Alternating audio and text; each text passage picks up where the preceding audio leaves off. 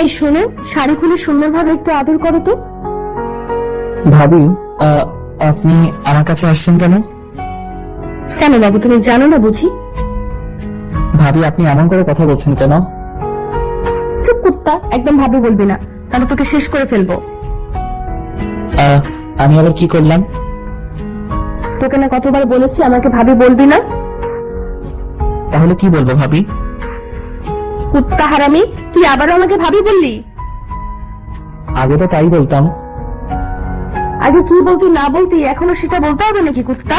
ভুলে যদি আবার ভাবি বলিস না তাহলে তোর খবর আছে। তাহলে কি বলে ডাকবো নীল ভাবি কথাটা বলার আগেই আমি ওর ঠোঁটজোড়া বন্ধ করে দিলাম। ও কেমন শান্ত হয়ে গেল। নীলের চোখ জোড়া বেরিয়ে আসার উপক্রম হয়ে গেছে। ও আমার সাথে রেসপন্স করছে না, তাই আমি ওর হাতগুলো আমার কোমরে রাখলাম। নীলের হাতগুলো কাঁপতে লাগলো। আমার খুব খুশি পাচ্ছিল। তারপরও ওর ওই মিষ্টি ঠোঁটের স্বাদ নেওয়াটা বন্ধ করলাম না।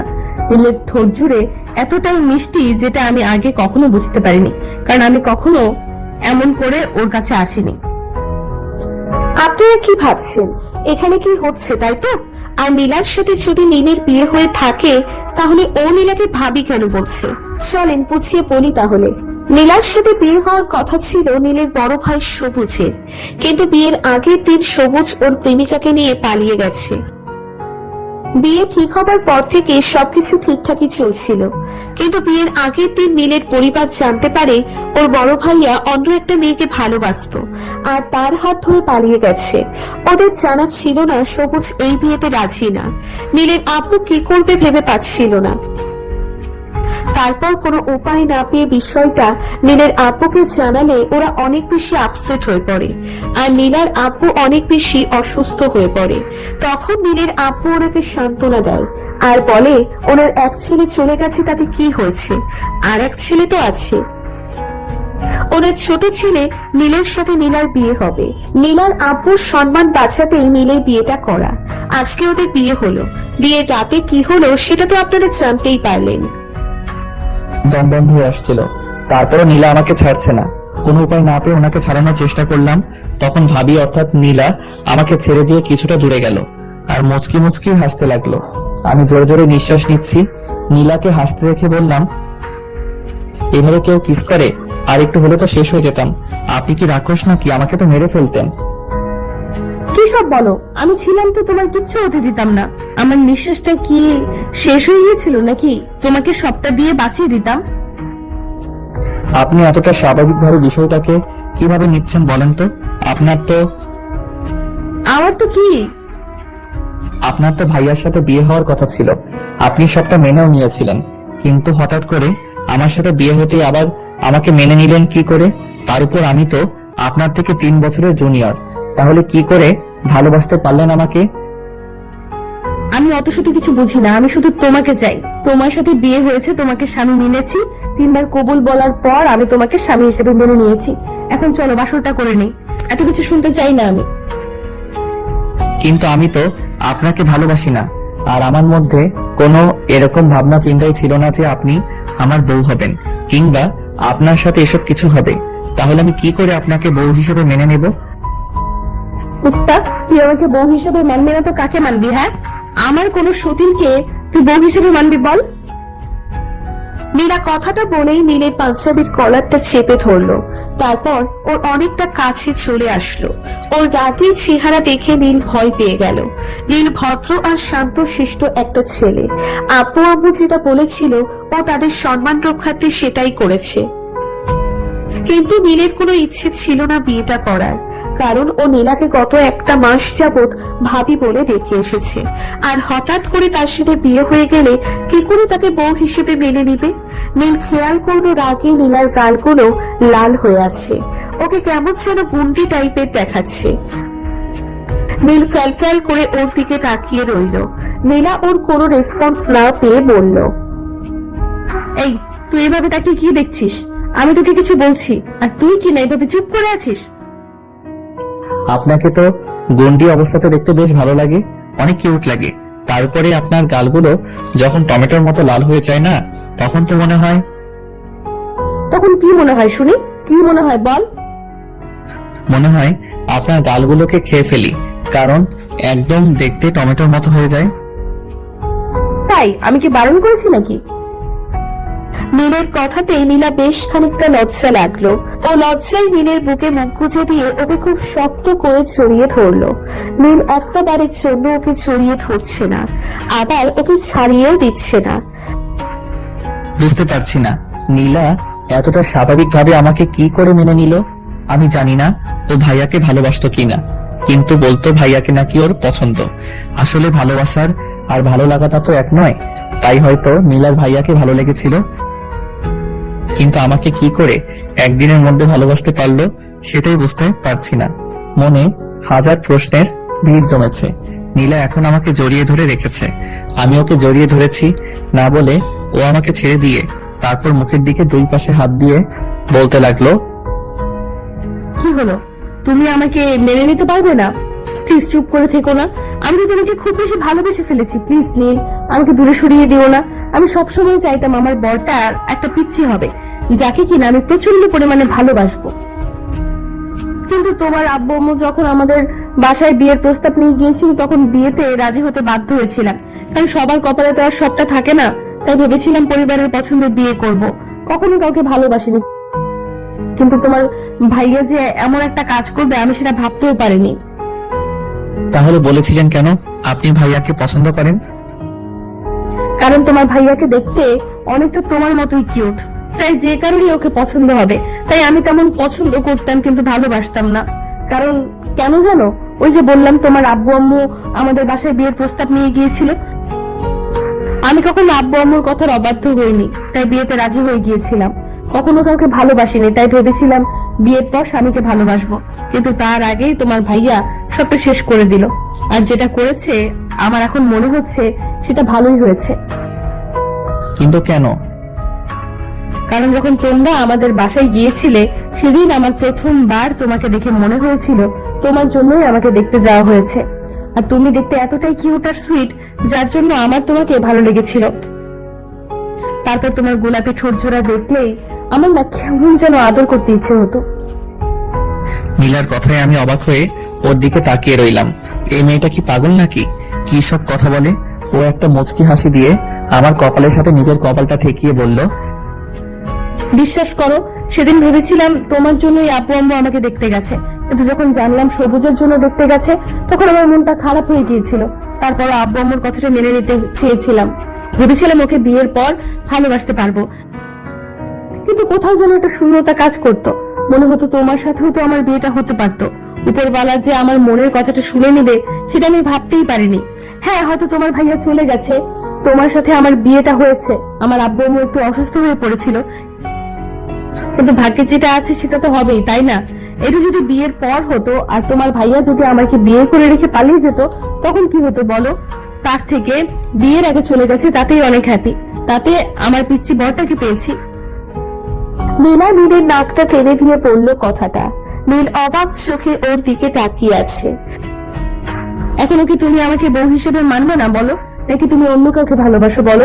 আমার জানা মতো তোমার কোনো গার্লফ্রেন্ড নেই, তুমি কাউকে পছন্দও করো না, তাহলে কেন আমাকে বউ হিসেবে মানতে পারবে না বলো? নাকি আমি তোমার থেকে সিনিয়র বলেই তুমি আমাকে ভালোবাসতে পারবে না? কি হলো, কথা বলছো না যে? জানি না, কিন্তু আমি তো আপনাকে ভাবি বলে ডাকতাম। তাহলে হঠাৎ করে একদিনের মধ্যে কি করে বউয়ের জায়গাটা দিব? তার উপরে আপনি তো আমাকে বলতেন আমি একটা পিচ্চি, তাহলে পিচ্চিটাকে বিয়ে করলেন কি করে? আর একদিনের মধ্যে ভালোই বাসলেন কি করে? শোনো, ভালোবাসাতে হাজার বছরের প্রয়োজন হয় না, কাউকে প্রথম দেখাতেই ভালোবেসে ফেলা যায়। আর আমি তো বিয়েটা ঠিক হওয়ার পর থেকেই তোমাকে বারবার মজার ছলে বলতাম যে তোমার ভাইয়ের সাথে বিয়েটা ঠিক না হলে আমি তোমাকে বিয়ে করতাম, তোমার সাথে প্রেম করতাম। এটা কি তুমি ভেবেছো? আমি মন থেকেই বলতাম এগুলো। তাহলে বলেননি কেন? যদি ভাইয়ের সাথে বিয়ে হয়ে যেত তাহলে কি খুব বেশি ভালো থাকতে পারতেন? জানি না, কিন্তু তোমার ভাইয়ার সাথে আমার বিয়েটা তো হয়নি, তাতে আমি অনেক হ্যাপি। এখন তুমি আমাকে বউ হিসেবে মেনে নিলে আমি সারা জীবনের জন্য হ্যাপি থাকবো, সবসময় তোমাকে বুকে আগলে রাখবো, দেখো একটুও কষ্ট পেতে দেব না। আমি কোনো কথা বলছি না, চুপচাপ দাঁড়িয়ে আছি। নীলা আমাকে ছেড়ে দিল, ওর চোখে পানি টলমল করছে। কিছু বলে ওঠার আগেই 2 ফোঁটা অশ্রু গড়িয়ে পড়লো। বুঝতে পারছি তোমার ভালোবাসাটা আমার কপালে নেই, তাই তো? আচ্ছা ঠিক আছে, তোমার আমাকে মানতে হবে না। তুমি এটা তো বিয়ের আগে বলে দিতে পারতে, অন্তত আমি আব্বুকে বারণ করে দিতাম। আমি ভেবেছিলাম হয়তো এমন কিছু হতে পারে, কিন্তু যখন মনে পড়েছিল যে তোমার কোনো গার্লফ্রেন্ড নেই, তার উপর আব্বু আম্মুর সম্মানটা বাঁচতে পারে, তাই বিয়েটা করেছিলাম। আর 3 বার কবুল বলার পর থেকে তোমাকে স্বামী হিসেবে মেনে নিয়েছিলাম, কিন্তু তুমি যে আমাকে ভালোবাসতে পারবে না সেটা আমি জানতাম না। আচ্ছা ঠিক আছে, তুমি না চাইলে আমি তোমার কাছে আসবো না। আমি তোমাকে যতবার স্পর্শ করেছি ততবারই বুঝতে পারছি তুমি অস্বস্তি ফিল করছো। ঠিক আছে, তুমি শুয়ে পড়ো, আমি আর তোমার কাছে আসবো না। নীলা কথাটা বলে চোখ জোড়া মুছে নিয়ে তারপর বিছানা থেকে একটা বালিশ আর চাদর নিয়ে যখনই অন্য কোথাও যাবে তখনই আমি ওর হাতটা ধরে ফেললাম। নীলা আমার দিকে তাকালো আর কান্না ভেজা কণ্ঠে বলল, কি হলো, আটকে দিলে কেন? হাত ছাড়ো, আমার ঘুম পাচ্ছে। থাকতে পারবে তো আমাকে ছাড়া একা? ঘুম পাচ্ছে মানে? আজকে তো আমাদের বাসর রাত, তাহলে ঘুমাবে মানে? তাহলে কি করব? তুমি তো আমাকে ভালোবাসতে পারবে না, আর বউ হিসেবে মানো না, সেখানে ভালোবাসবে কি করে? ছাড়ো আমাকে। আমি তোমাকে স্পর্শ করলে তোমার খুবই বেশি বিরক্ত লাগে, তাই তোমার থেকে দূরে থাকার চেষ্টা করব। তুমি ভয় পেও না, ভুলেও আমি তোমার কাছে যাব না। তুমি যেটা করতে বলবে আমি সেটাই করব। তাই শুধু আমাকে বাসা থেকে তাড়িয়ে দিও না। আমি সারা জীবন দরকার পড়লে তোমার পায়ের কাছে বসে থাকবো, তোমার বাসার কাজের মেয়ে হয়ে থাকবো, তাও আমাকে বাসা থেকে বের করে দিও না। নীলার কথা শুনে আমি অবাক হয়ে যাচ্ছি। ও এত বেশি ভালোবেসে ফেলেছে আমাকে, জানতাম না। কিন্তু ওর এসব সেন্টি মার্কার কথা শুনে বললাম, দেখো, এসব সেন্টি মার্কার কথা না বলে বিছানায় গিয়ে শুয়ে পড়ো। না, আমি বিছানায় শুবো না। যদি ভুল করে তোমার গায়ের উপর হাতটা তুলে দিই তখন? তুললে তুলবেন, তাতে কি তোমাকে শুতে বলেছি? সব বললাম তো না, আমি নিচে ঠিক আছি। আমাকে রাগ করতে বাধ্য করিও না, তখন উল্টাপাল্টা কিছু একটা করে ফেললে তুমি কষ্ট পাবে। এখন যাও, বিছানায় গিয়ে শুয়ে পড়ো। নীলা তবু দাঁড়িয়ে আছে। আমি ওর হাত ধরে টেনে বিছানায় বসিয়ে দিলাম, তারপর পাশে শুয়ে পড়লাম। নীল বসে আছে তাই বললাম, তোমাকে শুতে বললাম না, সও, নাকি আমাকে অন্য কিছু করতে হবে? নীলা আমার পাশে শুয়ে পড়লো। ও বারবার নাক টানছে। আমি ওকে আমার দিকে ঘুরিয়ে তারপর চোখের পানি মুছে দিয়ে বললাম, এখন চুপচাপ ঘুমিয়ে পড়ো। আর একটা বার যদি কান্নার শব্দ পাই না, তাহলে কিন্তু আমার থেকে খারাপ আর কেউ হবে না। কান্না করবে না তো কি করবে? তুমি আমার স্বামী, তোমাকে এতটা কাছে পাওয়ার পরও নিজের করে পাবো না, এটা একটা মেয়ের জন্য কতটা কষ্টের সেটা তুমি জানো। আমার কথাতে নীল জবাব দিল না, শুধু তাকিয়েই রইলো। তারপর ও উপর হয়ে শুয়ে পড়লো। হঠাৎ মনে হলো হয়তো ওর কাছে ওর বুকের শোয়ার জন্য আবদার করলে ও বারণ করবে না, তাই বললাম, আচ্ছা তোমার বুকে আমাকে মাথা রাখতে দিবে? নীল কোনো কথা বললো না। ভাবলাম ও যতই না করুক আমি কি ওর কথা শুনবো নাকি? তার উপর ও আমার স্বামী। আমি তো একটা ভুল করতে যাচ্ছিলাম তখন। নীল একটা বার আমার দিকে তাকালো। আমি ওর বুকে মাথা রেখে ওকে শক্ত করে জড়িয়ে ধরতে নীল আমার কপালে একটা কিস করে দিয়ে আমাকে 2 হাতে শক্ত করে জড়িয়ে ধরলো। ওরকম কর্মকাণ্ডে আমি অবাক হয়ে এলাম, তাই প্রশ্ন করলাম, কি হলো, তুমি জড়িয়ে ধরলে যে? কেন, খুব বেশি খারাপ লেগেছে? আচ্ছা তাহলে ছেড়ে দিচ্ছি। এই না, একদম না। কিন্তু তুমি তো বলেছিলে আমাকে বউ মানো না, তাই অবাক লাগছিল। তুমি হঠাৎ করে আমাকে জড়িয়ে ধরলে ওই জন্য। তোমাকে নিজের বউ হিসেবে মানবো না তো কাকে মানবো শুনি? তাছাড়া এখন আমাদের বিয়ে হয়েছে, বউ হিসেবে তো একটা সময় না একটা সময় মানতেই হবে। তাহলে যে পাগলিটা আমাকে এত ভালোবাসে তাকে না মানলে কাকে মানবো শুনি? নীলা আমার কথাতে ফুপিয়ে উঠতে লাগলো। আমি ওর মুখটা তুলে তারপর ওর চোখের পানিগুলো মুছে দিয়ে আবার কপালে একটা কিস করতেই নীলা আমার ঠোঁটের সাথে নিজের ঠোঁটগুলো মিলিয়ে দিয়ে গভীরভাবে কিস করতে লাগলো। আমি আর ওকে বাধা দিলাম না, ওর সাথে রেসপন্স করতে লাগলাম। 10 মিনিট পর নীলা আমাকে ছেড়ে দিয়ে বুকে মুখ লুকালো। আমি ওকে বুকের সাথে শক্ত করে জড়িয়ে নিলাম। আমাকে একটু ভালোবাসার চেষ্টা করো, দেখো আমি নিজের সর্বোচ্চটা উজাড় করে দিয়ে তোমাকে ভালোবাসবো, কখনো তোমাকে কষ্ট পেতে দিব না। জানি, কিন্তু আমার তো একটু সময় লাগবে, সেই সময়টুকু তো আমাকে দাও। তোমার যতদিন লাগে সময় নাও, কিন্তু আমাকে মাঝে মধ্যে একটু আদর করলেই হবে। এই ধরো আজকে এখন একটু আদর করলে আমি আর কিছু চাইবো না, প্লিজ এখন একটু আদর করো। আমার বউটা দেখি অনেক রোমান্টিক। বরের কাছে আবদার পেতে গেলে তো রোমান্টিক হতেই হবে। এখন কথা না বলে আদর করো। হ্যাঁ হ্যাঁ করছি। তারপর আর কি? তারপর যেটা হবে সেটা না হয় ইতিহাসের পাতায় থাক। বেশি জানতে চাইলে পাকিয়ে চাইবেন না। কেমন লাগলো গল্পটি যদি ভালো লেগে থাকে লাইক কমেন্ট শেয়ার করতে ভুলবেন না, আর সাবস্ক্রাইব তো মাস্ট। ধন্যবাদ সবাইকে আমাদের পাশে থাকার জন্য।